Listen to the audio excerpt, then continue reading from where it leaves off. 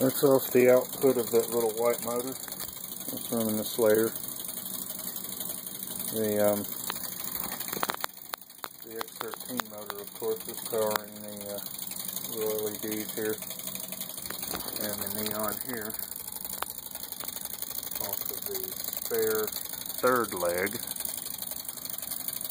and the whole system is being powered by that same 18-volt Ryobi battery. And I've unplugged my charge battery just to test the Slayer out. It runs good.